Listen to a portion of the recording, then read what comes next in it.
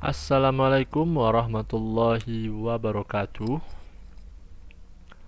Perkenalkan, nama saya Rozaki Muhammad Ihsan, nomor BP 191095-2016.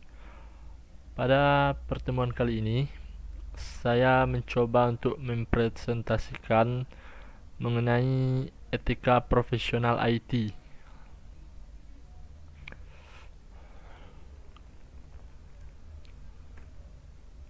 Sebelum kita jauh mengenal IT lebih dalam, lebih baik kita tahu dulu apa itu pengertian dari etika dan apa itu pengertian dari profesi.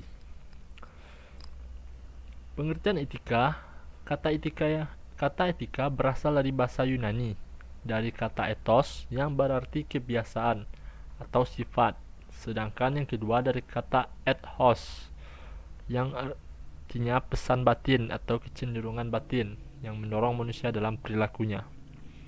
Menurut Kamus Besar Bahasa Indonesia, etika juga dijelaskan dengan membedakan 3 arti sebagai berikut. Yang pertama, ilmu tentang apa yang baik dan apa yang buruk, dan tentang hak dan kewajiban moral atau akhlak. Yang kedua, kumpulan azas atau nilai yang berkenaan dengan akhlak. Sedangkan yang ketiga, menurut Kamus Besar Bahasa Indonesia, yaitu nilai mengenai benar dan salah dianut suatu golongan masyarakat. Atau etika merupakan refleksi atau apa yang disebut dengan self-control, karena segala sesuatunya dibuat dan diterapkan dari dan untuk kepentingan kelompok sosial atau profesi itu sendiri. Sekarang kita beralih ke pengertian profesi dan profesional. Profesi adalah pekerjaan yang dilakukan berkaitan dengan keahlian khusus dalam bidang pekerjaannya. Sedangkan arti dari profesional adalah orang yang mempunyai atau menjalankan profesi dan hidup dari pekerjaan itu dengan mengandalkan suatu keahlian yang tinggi.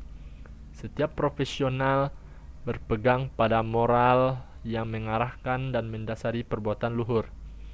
Dalam melaksanakan tugas profesinya, para profesional harus bertindak objektif, artinya bebas dari rasa malu, sentimen benci, sikap malas, dan enggan bertindak.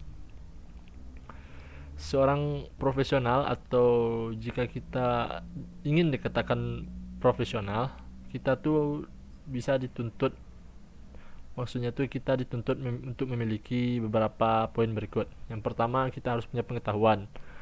Yang kedua, kita harus punya penerapan keahlian. Yang ketiga, kita harus punya tanggung jawab sosial. Dan yang keempat, itu pengendalian diri.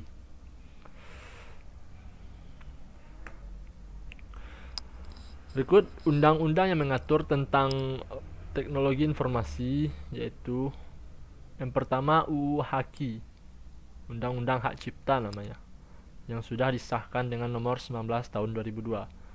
Undang-Undang Hak Cipta yang diberlakukan mulai tanggal 29 Juli 2003, di dalamnya diantaranya itu mengandung tentang hak cipta.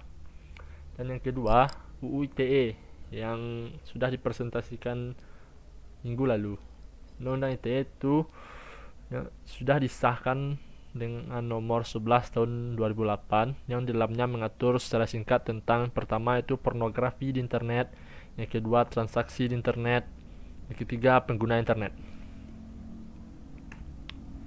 Selanjutnya, etika profesi di bidang IT atau informasi dan teknologi.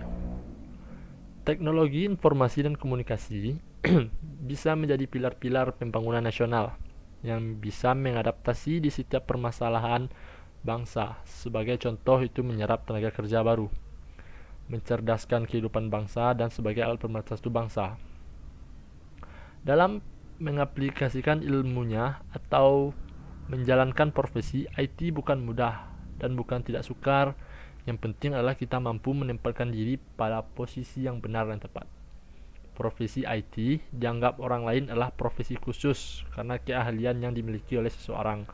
Maka dari itu kita bisa menentukan bagaimana itu pekerjaan yang kita punya, karena kita memiliki skill.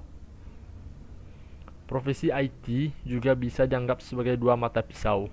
Bagaimana yang tajam bisa menjadikan IT lebih berguna untuk kemaslahatan umat, dan mata lainnya bisa menjadikan IT ini menjadi bencana sosial. Bencana ekonomi maupun krisis kebudayaan yang saat ini sering terjadi, yaitu pembuatan website porno atau pornografi sudah banyak menyebar di internet. Seorang hacker melakukan pengacakan rekening misalnya, dan melakukan kebohongan dengan konten-konten tertentu dan lain-lain. Kita juga harus bisa menyikapi dengan keadaan teknologi, informasi, dan komunikasi saat ini dengan arus besar data yang bisa kita dapat dengan hitungan per detik ataupun dengan kesederhanaan teknologi. Kita bisa saja melakukan pekerjaan kita menjadi praktis, tapi kita harus melakukan pembenahan terhadap teknologi sebagai inovasi untuk meringankan maupun memberantas risiko kejamnya teknologi itu sendiri. Jadi apabila kita tidak menyaring informasi yang kita dapatkan dari internet, maka kita akan sama saja kita juga akan menghancurkan diri kita sendiri. Karena di internet sekarang ini sudah banyak situs-situs yang dapat merusak generasi bangsa. Selanjutnya itu etika profesi di bidang IT, masih sama. Dengan membangun semangat dan kemoralan dan sadar akan etika sebagai seorang ahli di bidang IT, tentu saja kita diharapkan etika profesi semakin dijunjung ketika jenjang pendidikan kita berlatar IT makin tinggi, sedangkan keahlian di lapangan meningkat seiring banyaknya latihan dan pengalaman.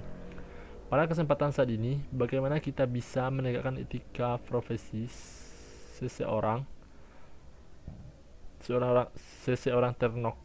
teknokrat, yaitu sebutan bagi orang yang bekerja di bidang IT, dan bagaimana kita bisa menjadi seorang teknokrat yang bermanfaat bagi lingkungan sekitar. Kita harus bisa memberikan inovasi-inovasi pemikiran, gagasan produktif, aksi nyata untuk perkembangan IT ke depannya. Bukan tak mungkin IT akan menjadi hal yang sistematis dalam perkembangan bangsa ke depan dalam memajukan kehidupan berbangsa maupun bernegara. Selanjutnya, kode etik seorang profesional teknologi informasi. Dalam lingkup TI, kode etik profesinya memuat kajian ilmiah mengenai prinsip atau norma-norma dalam kaitan dengan hubungan antara profesional atau developer TI dengan klien, antara para profesional sendiri, antara organisasi profesi, serta organisasi profesi dengan pemerintah. Salah satu bentuk hubungan seorang profesional dengan klien, misalnya itu pembuatan sebuah program aplikasi. Seorang profesional tidak dapat membuat program semaunya. Ada beberapa hal yang harus dia perhatikan, seperti untuk apa program tersebut nantinya digunakan oleh kliennya tersebut, atau user dapat menjamin keamanannya sistem kerja program aplikasi tersebut dari pihak-pihak yang dapat mengecewakan sistem kerjanya, misal hacker, cracker, dan lain-lain. Jadi kita jika membuat sebuah program, kita tak boleh asal membuat program saja, karena orang-orang yang tak bertanggung jawab di luar sana seperti hacker dan cracker dengan mudah mencuri keamanan privasi program yang kita buat. Selanjutnya itu ciri-ciri profesionalisme. Yang pertama, itu memiliki kemampuan atau keterampilan dalam menggunakan peralatan yang berhubungan dengan bidang pekerjaan IT. Seorang IT harus mengetahui dan mempraktekkan pengetahuannya ke dalam pekerjaannya. Yang kedua, punya ilmu dan pengalaman dalam menganalisa suatu software atau program. Jadi kita tidak hanya bisa komputer saja, kita juga harus bisa menganalisa suatu software atau program tersebut, apakah itu virus atau cracker yang berusaha untuk mengambil privasi program kita yang kita buat. Jadi kita harus tahu, harus punya ilmu. Yang ketiga itu bekerja di bawah disiplin kerja. Jadi, kalau mau jadi profesional, maka kita harus disiplin terlebih dahulu. Selanjutnya itu mampu melakukan pendekatan disipliner. Selanjutnya mampu bekerja sama. Selanjutnya cepat tanggap terhadap masalah klien.